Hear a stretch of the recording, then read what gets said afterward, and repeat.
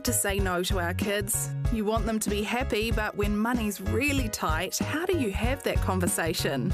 Oh, I have 3 kids and no money. Why can't I have no kids and 3 money? There's probably a better way. If you don't talk to them about this stuff, who will? Not our education system. Latest research says most young Kiwis rely on their parents for financial advice.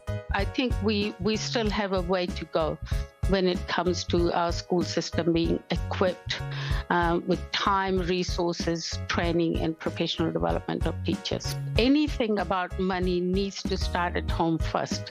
But let's face it, we can't all be Warren Buffett. Dad, where's our money gone? Crypto, son.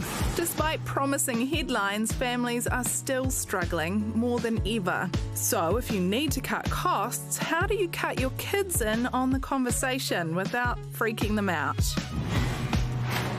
Well, Jenny Hale from The Parenting Place joins us now. Jenny, how do we let the kids know there's no money left? Well, I think it's important not to make kids feel anxious. So there is some big stuff that parents should own. So if you really have run out of money, you might need to tell them the truth if your kids are older. But the most important thing is that the money, big matters, sort of belong in the parents' domain, and we're trying to keep the space free for kids to be kids. So you don't see it as a learning opportunity for kids, a chance to say to them, this is how money works, sometimes you've got it, sometimes you don't, as sort of an educational opportunity? Yeah, it is. It's a great invitation to help kids know that I tell them that interest rates have risen and that there is less money for some of the things that they'd love to have. I think children really appreciate having a reason for something that they're going to miss out on.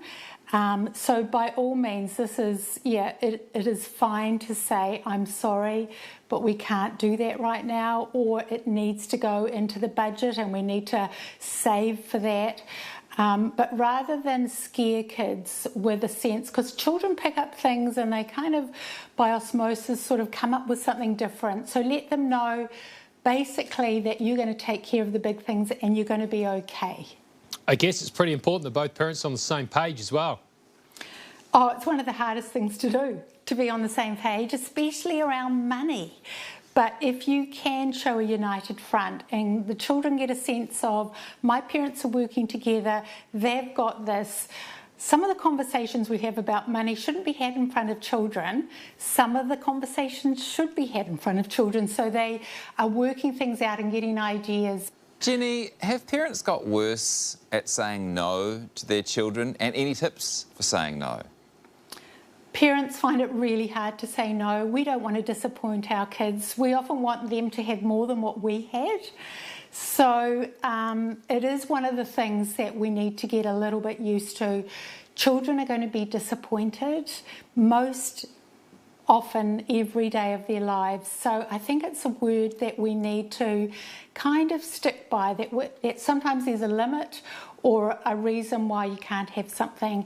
And it's when parents say no and then they say yes a bit later on, that mixes things up for kids. And they actually do fine when we say no, they're disappointed and we give them emotional support. They'll do fine by that. Well, Jenny Hale, it's always great to talk. Thank you. Thanks for having me. I think a good way to sort of teach kids about the fact that money sometimes, comes and it sometimes goes and things get tighter regardless how hard you're working is like what I'll do is they'll have variable pocket money. So it's not the same amount. So sometimes you just reduce it because, kids, the economy's tough and turnover has not been good this week and, you've been working hard and every now and then you just cut it off. So that they learn about, getting fired and being made redundant and things like that. So you as a parent sit your family down and say, right, it's time for a restructure. We can't keep all of you kids on. It's such a tough one, though, as well, because, being spoilt is, one of the worst things I can imagine, my kids being. You don't want it to be that word, almost. You're like, you would never want it to be. So you want them to learn good behaviour from you. So surely letting them know what's going on, and they then value it when they get stuff because they go, oh, cool, and then they appreciate it more. They feel like they've earned it. Yeah. It does. I mean, I think a lot of people have this when you've grown up and money is really tight for your family, and then you're grown up with a good job. Like, how do you not pass on that scarcity mindset that you grew up with as a kid to your own kid?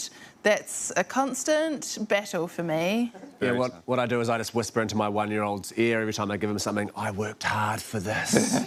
Appreciate it.